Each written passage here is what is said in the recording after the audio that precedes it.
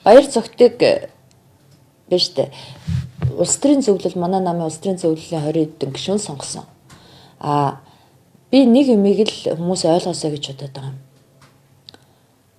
Баяр цогт манай намын ерөнхий нарийн бичгийн дараагаар 5 сарын 6-нд үндэсний бодлогын хорооны хурлаар дэмжигдээд жинхэнэх юм бол манай нам 27-28 оны сонгуульд навс ялагдана.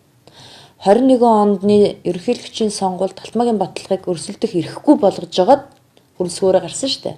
Манай намаас яалаа? Эрдэнэ орсон, унаж бүх гэдэг шиг. Тэгээд цагаан хуудасны ард орж ялагдсан биз дээ. 3 хүн өрсөлдөхөд 4-т орсон шүү дээ. Яг тийм л юм бол. Ардын нам зүгээр суухгүй. Ардын нам ерөөсөө энэ шинэ жил давхгүй юу манайхыг баяр цогттой нийлүүлэл нүдчих. Энийг бид нар давж гарахгүй. Яагаад гэвэл Монгол улсын ерөнхийлөгчийн сонгуульд манай намын 20 хэдэн улс төрийн зөвлөлийн гишүүн биш. Манай намын 300 гаруй үндэсний бодлогын хорооны гишүүн биш. 2 сая 500 гаруй 2 сая орчим сонгогч саналаа өгдөг байхгүй та. Монголын ард түмэн сонгодог байхгүй юу? Монгол улсын ерөнхийлөгчийг 2028 оны улсын хурлын сонгуулийг бас Монголын ард түмэн сонгодгийг. Тэднэрт баяр цогт таалагддаг юм.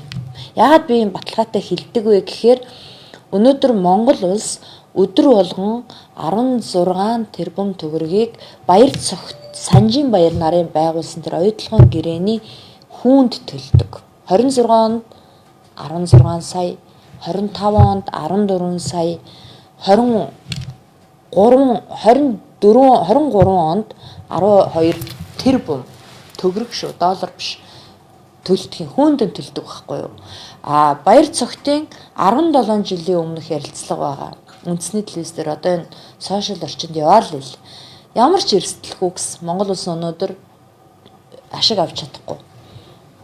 Энэ бол хөрөнгө оруулалтын гэрээ гэсэн. Энэ бол зээлийн гэрээ болж хувирсан. Монгол улс өрөнд орс Rio Tinto ашиг хийж байгаа.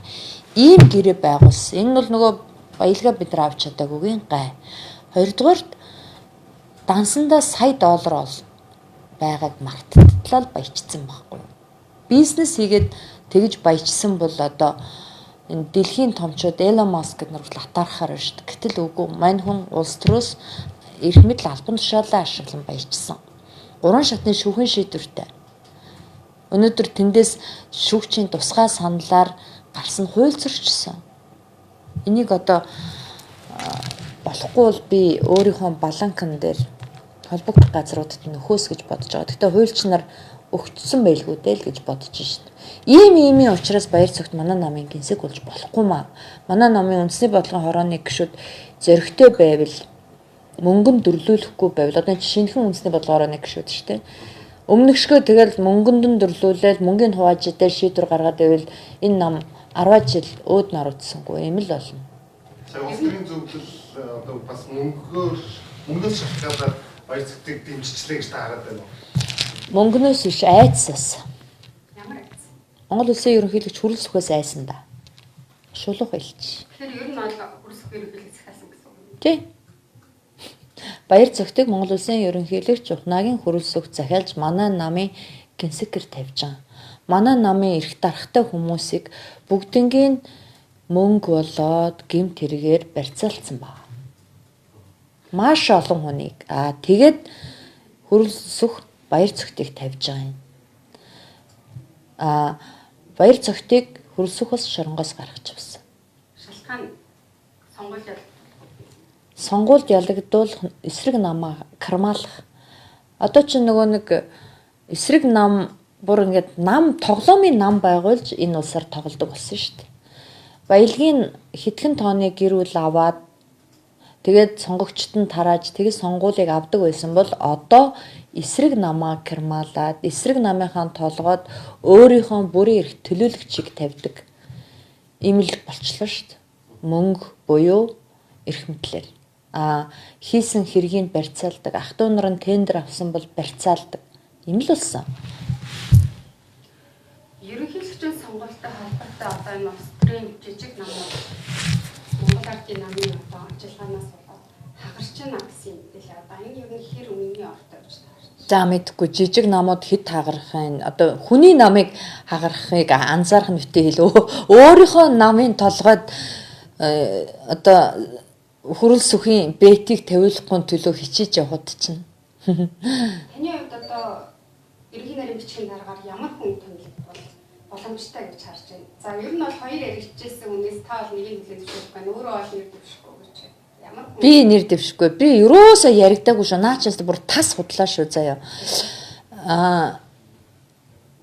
Ер нь штэ гинсек гэдэг хүн бид нар өмнөх одоо 30 жил 35 жилийн түүхэнд гинсек гэдэг хүнийг одоо ийм амар харизматай, зангарахтай лидертэй монголчууд бүгд таньдаг. Тим хүн байгаасай л гэж хүссээр ирсэн. За тийм байл сайн. Гинсек гэдэг хүн чинь одоо манай нам бол нөө практикууд дээр явдаг нам багхгүй юу? Ардын нам шиг ингээд дарга өрөнгөд бүгдээрээ хүлээн зөвшөөрдөг нам биш. Практикууд. Яа гэвэл арчсан намыг чинь 5 нам нийлж байгуулсан нам багхгүй. Тэгэхээр 5 практиктэй нам багхгүй. Сүүлийн үе жижиг клубуд гарч ирсэн. Би бас тэрийг сайн л гэж боддیں۔ Эдний өвчрийг олдог. Эднэрийг алийг ч ялгуурлан гадуурхдаггүй. Тийм хүн байх хэрэгтэй байхгүй. Тэгээд арчлын үнэт зүйлээ ойлгодог. Би бол өөрөө үндэсний үзэлтэй хүн учраас үндэсний арчилсан үзэлтэй хүн байгаасаа гэж туйлаас хүсдэг. Үндэсний үзлээ ойлгодог. Тэгэхгүй дан либерал юм яриад яваад ээж бас болохгүй. Үндэснийхээ хэв шинжийг ойлгодог. Монгол үндэстэн ядуу байгааг мэддэг. Сая доллараар мартдаг хүн би өнөөдөр манай говийн урд суманд амьдарч байгаа усгүй, малгүй болсон тийм хүнийг ойлгоно гэж би итгэхгүй байна. Өнөөдөр хүүхдтэй хоолыг арай хийж залгуулж амьдарч байгаа жирийн ард түмний амьдралыг би ойлгоно гэж бодохгүй байна. Хүүхдийнхээ сургалтын төлбөрийг л төлж чадахгүй ш. Бүгдээрээ л зээл байгаа ш. Та бидний амьдрал өнөөдөр тийм сайхан байгаа мó байхгүй ш. Дандаа л мөнгөний гуйлга ирдэг ш. Намайг их хурлын гишүүн болсноос хойш энийг ойлгоод амьдралын шийднэ гэж би бодохгүй байна. Дөмгөн худалдаад авчих байх л та. Тэр нь аюу амар байх байх л та. Баяр цогтын үед. Тэр ийм хүн үндэсний хэмжээний ийм том намын ерөнхий нарийн бичгийн дарга бол байж болохгүй. Бүлгийн дараагийн хувьд та ямар барьсан? Цогтгэрэл дарга намын дарга болсон. Уг нь би цогтгэрэл даргыг бүлгийн дарга аваад яваад байгаасаа гэж бодож байгаа. Яагад гэвэл манлайлал нь тэгвэл их зөв байсан. Гэхдээ өөрөө бүлгийн дарга өгнө гэж хэлээ. Тэгэхээр энэ үндэсний бодлогын хорооны хурлын дараа бүлгийн дарга өгнө. Гарцаагүй өгнө.